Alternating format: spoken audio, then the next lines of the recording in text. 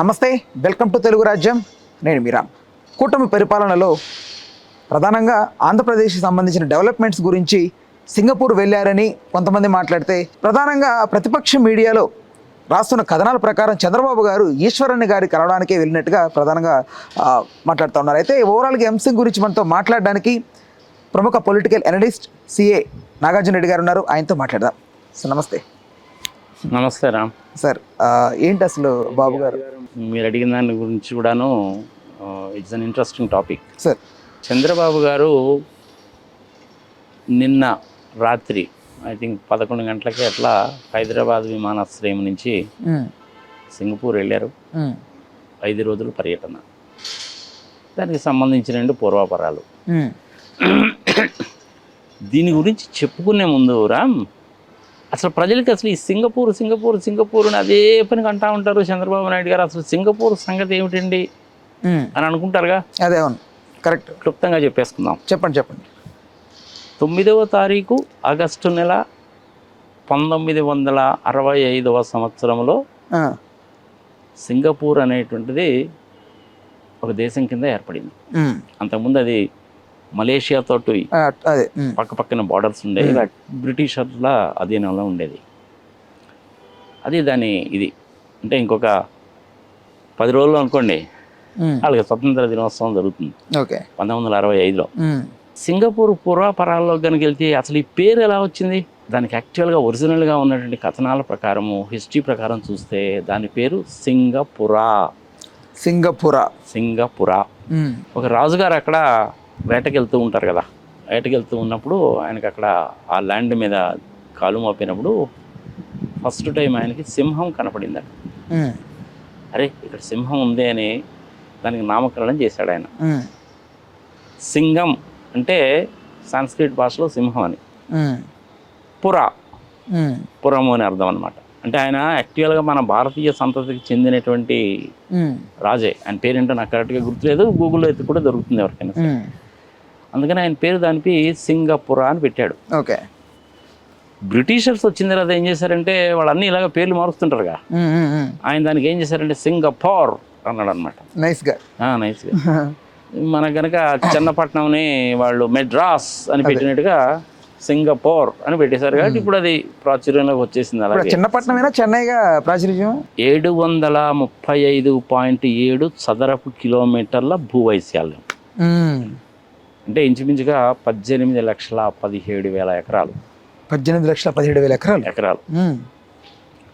అంటే చిన్నదే అది, మరి పెద్ద మరి అంతేం కాదు కదా సార్. చెప్తున్నా 18,17,000 ఎకరాలంటే మన చంద్రబాబు గారు అమరావతి ఏరియాని ఎన్ని ఎకరాల్లో డిస్క్లోజ్ చేశాడో తెలిసిన 32,860 స్క్వేర్ కిలోమీటర్లు. అంటే ఇంచుమించుగా 20 లక్షల ఎకరాలు. ఓహో. అమరావతి ఏరియాని 20 లక్షల ఎకరాల కింద వాళ్ళు సిఆర్డీ కింద తీసుకొచ్చారు. ప్రజలు అర్థం చేసుకోవాలి సార్. 60 లక్షల పాపులేషన్. ఇందులో 76% మంది చైనా వాళ్ళే ఉంటారు. ఒక 7.5% మంది మన ఇండియన్స్ ఉంటారు. ఒక 15% మెండరిన్స్ వీళ్ళు మలై దానికి సంబంధించిన వాళ్ళు ఉంటారు. ప్రధానంగా 4 భాషలు ఉంటాయి.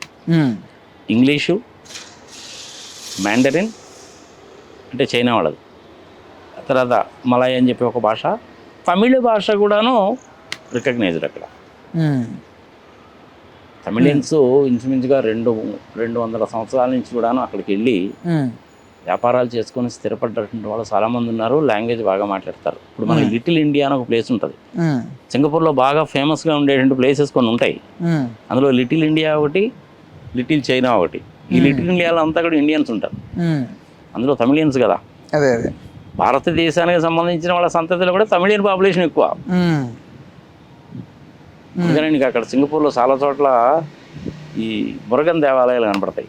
సుబ్రహ్మణ్య స్వామి దేవాలయాలు. తమిళనాడులో పళని బాగా ఫేమస్ కదా. అందుకని ఆ దేవాలయాలు అక్కడ కూడా కనపడతాయి. అన్ని ఫెస్టివల్స్ చేసుకుంటారు. ఇది మనకు ఉండేయండి దీపావళి, దసరా ఇట్లాంటివి కూడా చేసుకుంటూ ఉంటారు. ఈ 4 భాషలు ఎనీహో చెప్పుకున్నాం. విద్యాపరంగా, వైద్యపరంగా, ఇన్ఫ్రాస్ట్రక్చర్ పరంగా బాగా అభివృద్ధి చెందింది. ఈరోజు కనుక తీసుకుంటే ఒక సింగపూర్ డాలరు విలువ ఎంత అంటే 65 రూపాయల చిల్లర. నేను ఫస్ట్ టైం సింగపూర్ వెళ్ళింది 2001లో. ముస్తఫా మాల్ అనేటువంటిది చాలా ఫేమస్. ముస్తఫా మాల్. ఆ ముస్తఫా అనేటువంటి అతను ఏంటి, తమిళియను, లేబర్ కాంట్రాక్టర్ కింద వెళ్ళాడు. తర్వాత అక్కడ భూములు అవి కొనుక్కొని సంగతి సమాచారం చేసి రూపాయి పోగు చేసుకొని సింగపూర్లో చాలా స్థలాలు కొన్నాడు. ఏది ఇక్కడ మన హైదరాబాద్ సిటీలో కనుక కొన్నట్టు అనమాట. అది కోకాపేట అక్కాయ వ్యాపారం అనుకో. ఓకే. బాగా సంపాదించుకున్నాడు. ముస్తఫా మాల్ అని చాలా ఫేమస్ అది. అది ఎంత ఫేమస్ అంటే నువ్వు వెళ్ళి కనుక ఆర్డర్ కనుక ఇస్తే, కొంచెం అడ్వాన్స్ కనుక పే చేస్తే, నాకు ఒక 10 బోయింగ్ 787 విమానాలు కావాలి అంటే డే టు టైంతో సహా చెప్పేస్తాడు. అంత పర్ఫెక్ట్గా ఉంటారు. పిన్ టు ప్లేన్ అనమాట. చాలా పెద్ద మాల్ అది. ఇప్పుడు మనకి హైదరాబాద్లో ఉండేటువంటి ఇది అదే చంద్రబాబు నాయుడు గారు ఏదో లూలు మాల్ అంటాడు సార్, అలాంటి లూలు మాల్కి 10 ఎంతలు ఉంటుంది. అంటే ఎన్ని వందల ఎకరాల్లో ఉంటుందో. 100 ఎకరాలు ఏమి ఉండదు అది. కానీ అది అట్లా ఉంటుంది అనమాట. రోడ్డుకి అటువైపు ఇటువైపు ముందు వైపు వెనక వైపు రకరకాలుగా ఉంటాయి. మధ్యలో బ్రిడ్జెస్ ఉంటాయి పోవడానికి. సంగతి సమాచారం. మన తెలుగు వాళ్ళు ఏం చేస్తారో తెలిసిన, ఈ సీడ్ కంపెనీస్ ఉన్నాయిగా, విత్తనాల కంపెనీలను ఫర్టిలైజర్స్ అమ్మే కంపెనీలు, ఇక్కడేమో రైతుల్ని పక్కాగా దగాగా మోసం చేసి డబ్బులు సంపాదిస్తారు. ఆ కంపెనీ వాళ్ళందరూ వీళ్ళకి ఈ టూర్లు అరేంజ్ చేస్తారు. ఈ టూర్లు అరేంజ్ చేసినప్పుడు Singapore one of the important things అనమాట. ఓకే. అక్కడ కొన్ని ఫ్లోర్స్లోకి వెళ్తే 50% మన తెలుగు వాళ్ళే కనపడతారా. వీళ్ళందరూ ఏంటంటే ఇక్కడ రైతులు కొంపలు ఉంచి వీళ్ళేమో ఆత్మహత్యలు చేసుకొని వాళ్ళేమో ఫారెన్ టూర్లో తిరుగుతుంటారు. నేనే ప్రత్యక్ష సాక్షిని. ఓకే. ఇట్లా కొన్ని మంచి ఇంపార్టెంట్ ప్లేసెస్ ఉన్నాయి. ఇప్పుడు మొన్న ఎలక్షన్లు జరిగిన తర్వాత ప్రజాస్వామ్య దేశం, లావరెన్స్ వాంగ్ అని ఆయన ప్రధానమంత్రి ఇప్పుడు. ఓకే. ఇంతకుముందు కూడా ఆయనే ఉన్నాడు. నువ్వు ఇందనగా ఈశ్వర్ అని అన్నావు చూసావా, ఈశ్వరన్ని అంతకుముందు నెంబర్ 2, ఇప్పుడు కాదు. ఓకే. ఈ ఈశ్వరన్ బ్యాచ్ ఏంది అనేసి అంటే ప్రజలకి ఈజీగా అర్థమయ్యేటట్టుగా చెప్పాలంటే దొంగల బ్యాచ్. మరి ఇన్ఫ్రాస్ట్రక్చర్ డెవలప్మెంట్ కోసం అమరావతికి 2014-19 ఆ టెన్యూర్లో వీళ్ళు తీసుకొచ్చి సైన్ చేయించడం కొంచెం అదే చెప్తున్నా కదా, దొంగల బ్యాచ్ అంటున్నాగా నేను. ఎందుకని దొంగల బ్యాచ్, ఇది నాకేం కావాలని చెప్పి నేనేం చెప్పలేదు. ఈశ్వరానికి నాకేం తగాదాలు లేవు, లావాదేవీలు లేవు. ఆయన ఇలాంటి పనికి మాలిన పనులు చేశాడు, కరప్షన్లో ఇన్వాల్వ్ అయ్యాడని. ఆయన ఇంతకుముందు కమర్షియల్ మినిస్టర్గా కూడా ఉండేవాడు. ఆయన ఇన్వాల్వ్ అయ్యాడని చెప్పి అవినీతి కేసులు పెట్టారు ఆయన మీద. అవినీతి కేసులు పెట్టి జైల్లో వేశారు. బెయిల్ మీద బయటకు వచ్చాడు. అందుకని మన ఎలక్షన్లో కూడాను పార్టిసిపేట్ చేయలేదు. దాని మూలంగా నాకు బ్యాడ్ నేమ్ వస్తుందని ఆ లావరెన్స్ వాంగిని తీసి పక్కన పెట్టాడు. అతనితోటి మన చంద్రబాబు నాయుడికి మంచి అనుబంధాలు ఉన్నాయి. ఈ చంద్రబాబు నాయుడు ఏంటిలే, పొలిటీషియన్స్ అందరూ కూడాను అక్రమంగా సంపాదించిన డబ్బులన్నీ ఎక్కడో చోట పెట్టుకుంటారు కదా. కొన్ని ప్లేసెస్ ఉంటాయి ట్యాక్స్ హెవెన్స్ అని, అలాంటి చోట పెట్టుకుంటారుగా. అందులో సింగపూర్ ఒకటి. సింగపూర్లో ప్రధానంగా ఏంటంటే వ్యవసాయం ఉండదు, పరిశ్రమలు ఉండవు. అంటే మన వైజాగ్ స్టీల్ ప్లాంట్, బిల్లాయి, బొకారో, బిహెచ్ఏలు, హెచ్ఏలు ఇట్లాంటి ఏమి ఉండవాడ. 3 ప్రధానంగా ఉంటాయి. ఒకటి సంత. సింగపూర్ అంటే సంత. మన ఎర్రగడ్డ సంతలాగా అనుకో. ప్రపంచంలో ఉన్న అన్ని కంపెనీలు కూడా వాళ్ళ ఆఫీసెస్, షోరూమ్స్ పెట్టుకుంటారు. వస్తువులు తీసుకొచ్చి అక్కడ పెట్టుకుంటారు. కొనుక్కునే వాళ్ళు కొనుక్కుంటారు, ఆర్డర్ ఇస్తే తీసుకుంటారు, తెప్పించిస్తారు. అది సంత. రెండవది ఏంటంటే ఇటుపక్క చైనా నుంచి, సింగపూర్ నుంచి, ఆస్ట్రేలియా నుంచి, జపాన్ నుంచి ఓడలు వస్తాయి. ఆ ఓడలన్నీ సింగపూర్కి వస్తాయి. సింగపూర్కి వచ్చి అక్కడ అన్లోడ్ చేయాల్సినవన్నీ అన్లోడ్ చేసేసి మళ్ళీ అక్కడి నుంచి లోడ్ ఎత్తుకొని అక్కడి నుంచి హిందూ మహాసముద్రంలో నుంచి, అరేబియా సముద్రంలో నుంచి, సూయజ్ కెనాల్లో నుంచి యూరోప్ వెళ్తాయి. ఓకే. లేదు అంటే అమెరికా వెళ్తాయి. అందుకని ట్రాన్సిట్ పాయింట్ అనమాట, మంచి ట్రాన్సిట్ పాయింట్ అది. షాంబోవాంగ్ షిప్ యార్డ్ అని చాలా పెద్దది అది. వాళ్ళు పెద్ద పెద్ద షిప్ని రిపేర్ చేస్తారు, స్క్రాప్ చేస్తారు, ఆయిల్ పోయించుకుంటారు, తిండి పదార్థాలన్నీ తీసుకుంటారు, రిపేర్లు ఏమైనా ఉంటే కనుక చేయించుకుంటారు, సంవత్సరం చేస్తారు. షాంబోవాంగ్ షిప్ యార్డ్ అని. నేను 2001లో సింగపూర్ వెళ్ళినప్పుడు షాంబోవాంగ్ షిప్ యార్డ్ కూడా చూశాను నేను. వాళ్ళకి SAP సాఫ్ట్వేర్ ఇంప్లిమెంట్ చేయడానికి ప్రజెంటేషన్ ఇవ్వడానికి వెళ్ళాను అనమాట. అదేవిధంగా A స్టార్ అని చెప్పి ఒక కంపెనీ ఉంటుంది వాళ్ళకి. ఇట్లానే ఇంకా 2-3 కంపెనీలు ఉంటాయి. రోడ్స్ మన హైదరాబాద్ రోడ్ల కంటే పెద్ద రోడ్లు ఏం కాదు, కానీ ఫుట్పాత్ల మీద వ్యాపారాలు ఉండవు. చాలా స్ట్రిక్ట్గా ఫాలో అవుతారు. వాళ్ళకి మనకి మెయిన్ తేడా ఏంటంటే వాళ్ళేమో చట్టాలని గౌరవిస్తారు, చట్టం అంటే భయపడతారు. మన ఇండియాలో దరిద్రం ఏంటంటే Indian laws are thick walls with big manholes, దూరం వెళ్ళిపోవచ్చు. అంటే హిరోషిమా నాగసాకి అటాక్ తర్వాత బాగానే పుంజుకుంది. హిరోషిమా నాగసాకి ఎప్పుడో జపాన్లో జరిగింది, అది 1945లో, వీళ్ళకి 1965లో అని వచ్చింది. దానికి దీనికి అసలు ఎటువంటి సంబంధం లేదు. ప్రధానంగా దానికి దీనికి లింక్ ఎందుకు పెడతారు సార్? ఏదైనా కూడా సింగపూర్ బాగా డెవలప్ అవ్వడింది అప్పుడేదో. సింగపూర్ డెవలప్ అవ్వడానికి కారణం ఏంటంటే చైనా వాళ్ళ అధీనంలో ఉంది, బ్రిటిష్ వాళ్ళు వెళ్ళిపోయారు, రూల్స్ను చక్కగా ఫాలో అవుతారు, ఎవరిని కూడా ఇబ్బంది పెట్టరు. నువ్వు ట్రాఫిక్ వైలేషన్ చేసావంటే నీకు ఇంటికి వచ్చేస్తుంది, 3 సార్లు వైలేషన్ చేసావంటే నీ డ్రైవింగ్ లైసెన్స్ పోద్ది. సింగపూర్లో నీ ఇష్టం వచ్చినట్టు కారు కొనుక్కొని వెళ్ళి తెచ్చుకుని షోరూంలోకి వెళ్ళి తెచ్చుకునే వారం కుదరదు. నువ్వు రిజిస్టర్ కనుక చేసుకుంటే 3-4 సంవత్సరాల తర్వాత కానీ నీ కారు కొనుక్కోవడానికి పర్మిషన్ రాదు. అప్పటికల్లా నువ్వు ఆర్డర్ ఇచ్చిన కారు కూడా మారిపోద్ది, మోడల్స్ కూడా మారిపోతాయి. సరే మోడల్స్ మారిపోయినా కొత్త మోడల్కి రిమైనింగ్ బ్యాలెన్స్ డబ్బులు కడితే ఇస్తారు. అందుకని సంత. రెండవది ట్రాన్సిట్ పాయింట్. మూడవది టూరిజం. హోటల్స్ కూడా రకరకాల హోటల్స్ ఉంటాయి, చాలా చీప్గా ఉంటాయి. చీప్గా అంటే ట్రాన్స్పోర్టేషన్ కూడా బాగుంటుంది, డబ్బుల పరంగా తక్కువ రేట్. డబ్బుల పరంగా నీకు అన్ని రకాల హోటల్స్ ఉంటాయి, పెద్ద పెద్ద గ్రూప్స్ అన్నీ కూడా ఉన్నాయి నీకు. హిల్టన్ కానీ, హయాత్ కానీ, మ్యారియట్, పెద్ద పెద్ద హోటల్ గ్రూప్స్ అందరికి కూడా 4-5 హోటల్స్ ఉంటాయి. మూడవది ఇంకొక విషయం ఏంటంటే ఫైనాన్షియల్ ట్రాన్సాక్షన్స్. మిలియన్స్ ఆఫ్ డాలర్స్లో నీకు అప్పు కనుక కావాలనే పని అయితే వాటికి సంబంధించిన ఆఫీసులు అనేవి సింగపూర్లోనే ఉంటాయి. బోత్ బ్లాక్ మనీలోనూ చేస్తారు, వైట్ మనీలోనూ చేస్తారు, హవాలా మార్గంలోనూ చేస్తారు, రెగ్యులర్ మార్గాల్లో కూడా చేస్తుంటారు. చంద్రబాబు నాయుడు అదే పని సింగపూర్ సింగపూర్ సింగపూర్ అని ఎందుకంటాడంటే ఆ ఈశ్వరంతో సంబంధాలు పెట్టుకోవడానికి ప్రధానమైన కారణం ఏంటంటే ఈయనకు సంబంధించిన ఆస్తిపాస్తుల వివరాలన్నీ ఈశ్వరానికి తెలుసు. ఈయన డబ్బులన్నీ తీసుకెళ్ళి ఆయన దగ్గరే పెడతాడు. ఇంతకుముందు అలాగే తీసుకెళ్ళి డబ్బులు పెట్టాడు, హోటల్లో షేర్లు గీర్లు సంగతి సమాచారం కొన్నారు.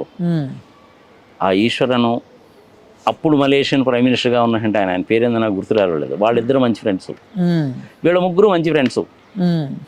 ఈయన చంద్రబాబు నాయుడు వెళ్తున్నాయంటే మామూలుగా ఉండదుగా, హడావుడి స్పెషల్ ఫ్లైట్లు గీట్లు సంగతి సమాచారం ఉంటాయిగా. కానీ 4 సార్లు ఏమో మనకు తెలుస్తుంది, 10 సార్లు ఏమో మనకు తెలియకుండా కూడా పోతుంటాడు. అది పెద్ద హిస్టరీ లేదు, దానికి సంబంధించిన వీడియో చేశాను, ఆ వీడియో దీనికి లింక్ పెట్టి వాళ్ళు చూసుకుంటారు.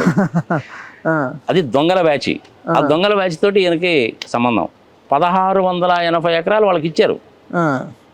అందులో ఏంటంట పెట్టుబడి అంతా మనం పెట్టాలి, రోడ్లు వేయాలి, చెట్లు నాటాలి, drainage, under ground cabling, water supply అంతా మనం చేయాలంట. వచ్చిన లాభంలో వాడికేమో ఎక్కువ మనకేమో తక్కువ అట. ఇది న్యాయమా ధర్మమా? ప్రజల విజ్ఞతకు వదిలేద్దాం. తగాదలు వస్తే లండన్ వెళ్ళి కోర్టు వ్యవహారాలు తెలుసుకోవాలట, కేసు లండన్లో పెడతారట, అక్కడికి వెళ్ళాలట మనం. మరి ఇది న్యాయమా ధర్మమా? ప్రజల విజ్ఞతకు వదిలేద్దాం. దొంగల బ్యాచ్తో ఫ్రెండ్షిప్ కాదు సార్. ఇప్పుడు అంటే ఆయనకి జరిగిన దానికి ఆయనకి జైల్లో ఉండడం రకరకాలుగా జరిగాయి ఈశ్వరన్ గారికి. బట్ అవన్నీ ప్రజలకంటే ఆంధ్ర ప్రజలకు తెలియవు కాబట్టి మనం కలిసినా కూడా పెద్దగా దీన్ని ఎవరు ఎద్దేవా చేయరు అనే ఉద్దేశంతో వెళ్ళారా? లేకపోతే నిజంగా కలిసి ఉంటే ఒకవేళ వైసీపీ అనుకూల మీడియాలో దీన్ని అదే పనిగా రుద్దుతారు కదా అని తెలియకుండానే ఉంటారా చంద్రబాబు గారు ఇన్ని సంవత్సరాల ఎక్స్పీరియన్స్లో? ఇన్ని సంవత్సరాల ఎక్స్పీరియన్స్ ఉన్నాయి కానీ డబ్బులు బాబు, అరే ఇది బ్లాక్ మనీ కావచ్చు, అక్రమంగా సంపాదించింది కావచ్చు, ఏదైనా కావచ్చు, డబ్బులు జాగ్రత్త చేసుకోవాలిగా. వాళ్ళు ఇలాంటి పనులు చేస్తారు. సింగపూర్లో అవినీతి లేదనుకుంటున్నావు ఏంది? సింగపూర్లో కూడా అవినీతి ఉంది, సింగపూర్లో కూడా దొంగలు ఉన్నారు. పెట్రోమాక్స్ అని ఒక పెద్ద కేసు అది సింగపూర్లో. అంటే ఏంటి దాని ఒక 2 ముక్కలు చెప్పండి సార్. అది పెట్రోమాక్స్ అనేది ఒక పెద్ద కేసు. అది అంటే ఇది ఇట్లాంటిదే, అవినీతి వ్యవహారమే. అది కూడా హవాలా టైప్ అనమాట. సింగపూర్లో ఏంటంటే ఈ పెద్ద పెద్ద డీల్స్ అన్ని కూడా సింగపూర్లోనే జరుగుతాయి. వాళ్ళు Europeans, Americans, then even Russians, అక్కడ చుట్టుపక్కల ఉండేటువంటి దేశాలు అంటే ఏంటి, ఫిలిప్పైన్స్, మలేషియా, దెన్ ఇండోనేషియా లాంటి దేశాల్లో ఉండేటువంటి వాళ్ళందరూ కూడాను అక్రమంగా సంపాదించిన డబ్బులు సింగపూర్లో తీసుకొచ్చి పెట్టుకుంటారు. చంద్రబాబు నాయుడు కూడా అంతే. అంటే సింగపూర్ హబ్ అంటారా మీరు? హబ్ అది. హవాలా ట్రాన్సాక్షన్స్కి సింగపూర్ హబ్బు.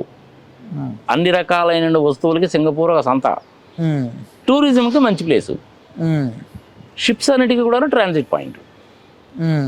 ఇంకా వాళ్ళకి వేరే రకమైన ఇన్కమ్ అంటే ఏముండదు. వాళ్ళకేమైనా పరిశ్రమలు ఉన్నాయా, లేకపోతే ఇంకా జిఎస్టీ ఎలాంటిది ఏదైనా ఉందా, పాడా పచ్చిపద్దలా ఏమి లేవుగా.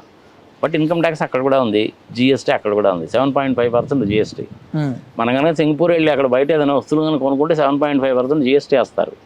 ఎయిర్పోర్ట్లోకి వచ్చి ఆ బిల్లు కనుక ఇచ్చామంటే నీ 7.5% నీకు రిటర్న్ ఇచ్చేస్తారు. కాదు సార్, ఇప్పుడు మామూలుగా ఆయన సీక్రెట్గా వెళ్ళి కలిసి వచ్చాడు అనుకుందాం, అప్పుడు వైసీపీ అనుకూల మీడియా కానీ లేకపోతే ఎవరైనా ప్రజల అభిప్రాయపడాలన్నా కూడా ఆయన అప్పుడు రాయొచ్చు కదా ఈశ్వరన్ కలవడానికి వెళ్ళి వచ్చాడు సైలెంట్ కానీ. బట్ ఇప్పుడు ఆయన వెళ్ళింది అందరికీ తెలుసు, అన్ని మీడియా ఛానల్స్లో ఆయన పర్యటన గురించి తెలుసు కదా, అంత బయట పబ్లిసిటీ చేసుకొని వీళ్ళు కలవరు కదా. కలుస్తారు, ఎలాగైనా కలుస్తారు. అందులో ఇప్పుడు ఆయన అధికారంలో కూడా లేడుగా, ఆయనకు పదవి కూడా లేదు కదా. మరి అసలు సింగపూర్లో పోవడానికి 5 రోజులు ఎందుకు? అందులో చంద్రబాబు నాయుడు గారికి ఏంటంటే ప్రధానంగా కొన్ని ప్రదేశాలంటే బాగా ఇష్టం. అందులో సింగపూర్ ఒకటి, డావోస్ సింగపూర్ ఒకటి. ఆ సింగపూర్ తోటి ఇంత ఎందుకు కాబట్టి ఈయనకు సంబంధించిన కొన్ని ఆస్తిపాస్తులు సింగపూర్లో ఉన్నాయి. ఈశ్వరను ఈయన వీళ్ళంతా దొంగల బ్యాచ్. 2 దావోసు. దేనికోసం? అది గొప్పలు చెప్పుకోవడానికి తప్ప ఇందేంటి పనికిరాడు. మొన్న పోతే ఆడు రూపాయి పెట్టుబడి వచ్చిందా, 1 లక్ష మందికి ఏమైనా ఉద్యోగాలు వచ్చినాయా? లేదు. 3వది ఏంటంటే అమెరికా. అమెరికా అలా కూడాను సిలికాన్ వ్యాలీ అంటాడు. సిలికాన్ వ్యాలీ అనేటువంటిది ఏంటంటే ఈ ఇన్నోవేషన్స్కి మంచి హబ్ అది. కంప్యూటర్స్ కానీ మంచి మంచి universities, computers, innovations, artificial intelligence, chips, ఇవన్నీ మ్యానుఫ్యాక్చరింగ్ అవన్నీ అక్కడ దొరుకుతాయి. సాఫ్ట్వేర్స్ కూడా చాలా మంది ఉన్నారు. మన తెలుగు వాళ్ళు కూడా చాలా మంది ఎక్కువ మంది ఉంటారు అక్కడ. అందుకని చెప్పి ఆయన ఎంతసేపు దీన్ని అంటాడు. సింగపూర్ అనడానికి చంద్రబాబు నాయుడికి ప్రధానమైన కారణం ఏంటంటే దొంగల బ్యాచ్తో ఈయనకున్నటువంటి సత్సంబంధాలు గత చాలా సంవత్సరాలుగా. ఈయనకు సంబంధించిన డబ్బులు కూడా హవాలా మార్గాల దగ్గర అక్కడ పంపిస్తాడు. ఆ ఈశ్వరన్ దాన్ని ఇవన్నీ కూడా చక్కగా మెయింటైన్ చేస్తుండేవాడు. అందుకనే ఆయన అక్కడ జైలుకి పోయాడు. ఇప్పుడు మళ్ళీ బయటకు వచ్చాడు. అందుకని ఈసారి గవర్నమెంట్లో లేడు అతను. ఓకే, సరే ఆయన వెళ్ళాడు. ఇన్వెస్ట్మెంట్స్ ఏదో లక్షల కోట్లలో వస్తాయని చెప్తాడు. అంత సీనే ఉండదు. ఆ ఇన్వెస్ట్మెంట్ అనేటువంటి లక్షల కోట్లలో వస్తే కనుక ఇక్కడ లక్షల మందికి ఉద్యోగాలు వచ్చేస్తాయంటాడు. ఆల్రెడీ చెప్పాడు కదా 20 లక్షల మందికి ఉద్యోగాలు ఇస్తామని. అంత సీనే ఉండదు. చంద్రబాబు నాయుడు గారు 1,00,000 కోట్ల రూపాయలు ఇన్వెస్ట్మెంట్ వచ్చింది అంటే అందులో 2 సున్నాలు కొట్టేయచ్చు. ఇంతకుముందు కూడా అంతే. 1000 కోట్ల మరి అంతేగా. దావోస్ వెళ్ళి ఏం చేసావు? 80 కోట్లు ఖర్చు పెట్టావు. ఏం జరిగింది?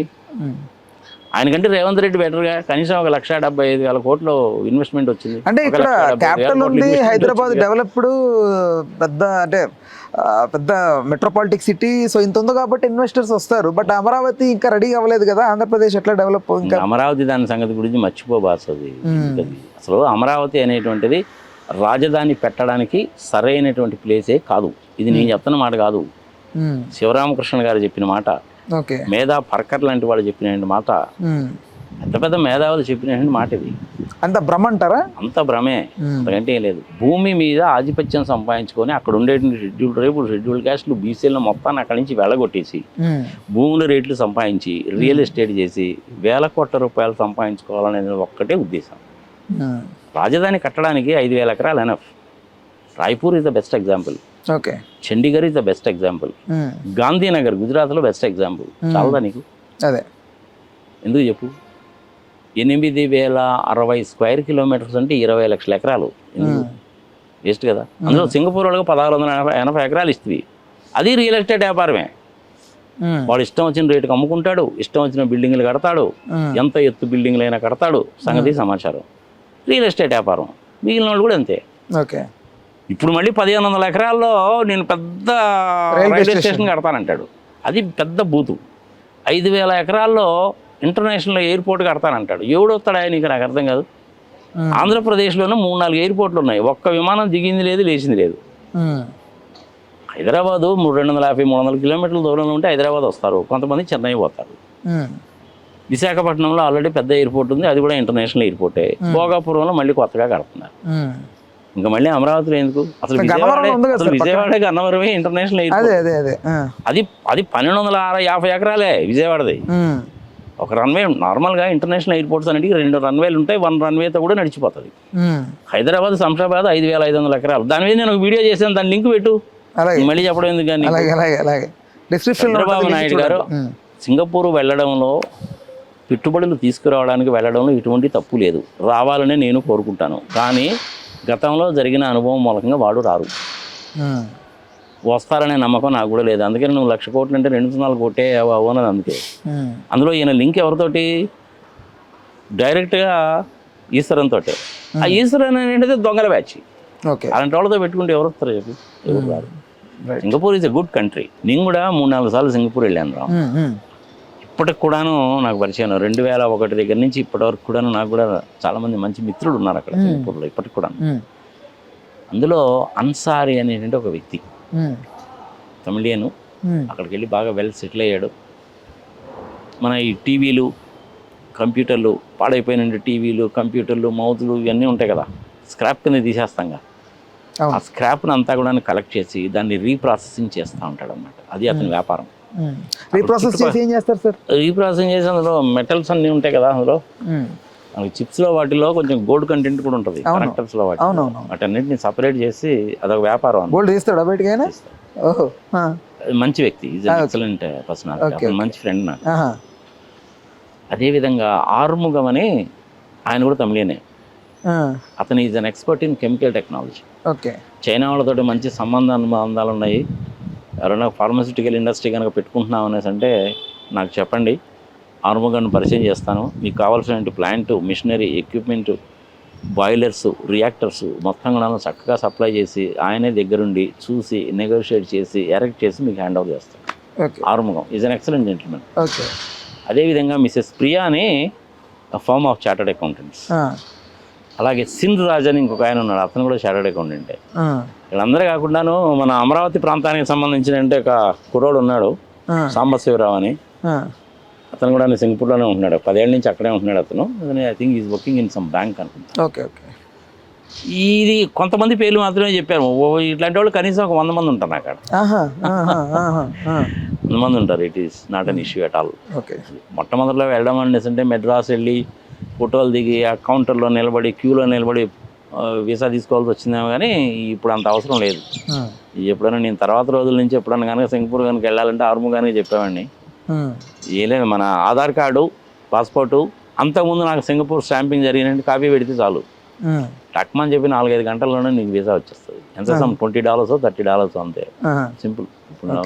ఇట్స్ గుడ్ కంట్రీ, టూరిజంకి మంచి కంట్రీయే, చూడటానికి మంచి కంట్రీయే, చాలా పీస్ఫుల్గా, కూల్గా, కామ్గా ఉంటుంది. వాతావరణం కూడా మన ఇండియా వాతావరణం లాగానే ఉంటుంది, ఎక్సలెంట్గా ఉంటుంది. ట్రాన్స్పోర్ట్ సర్వీసెస్ కానీ, క్యాబ్స్ కానీ, దాని as well as metro trains కానీ అన్నీ బాగానే ఉంటాయి. నేను ఫస్ట్ టైం క్యాబ్స్ అనేటువంటిది చూసింది సింగపూర్లోనే 2001లో. Good country to go, no doubt about. మరి అవినీతి జరగదా అంటే అవినీతి కూడా అక్కడ కూడా ప్రపంచవ్యాప్తంగా ఉంటుందా అవినీతి అనేటువంటిది, అనేది చూసుకోవాలి, అంతేనా? అంతే, అంతకంటే ఏం లేదు. నేను మళ్ళీ చెప్తే బాగుండదు, కానీ ఈ ఈశ్వరన్ బ్యాచ్ మటుకు దొంగల బ్యాచ్. ఇలాంటి దొంగల బ్యాచ్తో కనుక పెట్టుకుంటే మనకు కూడా జైలు శిక్ష తప్పదు ఏదో ఒకరు. హలో, తెలుగు రాజ్యం ఛానల్ చూస్తున్నారా? సామాజిక, రాజకీయ, జీవన చిత్రణే తెలుగు రాజ్యం. అతిశయోక్తులు, అసత్యాలు ఉండవు. రాజకీయ కోణం కాదు, ప్రజా కోణమే కొలబద్ద. తెలుగు రాజ్యం వీక్షణ మీ ఉత్తమ అభిరుచికి నిదర్శనం.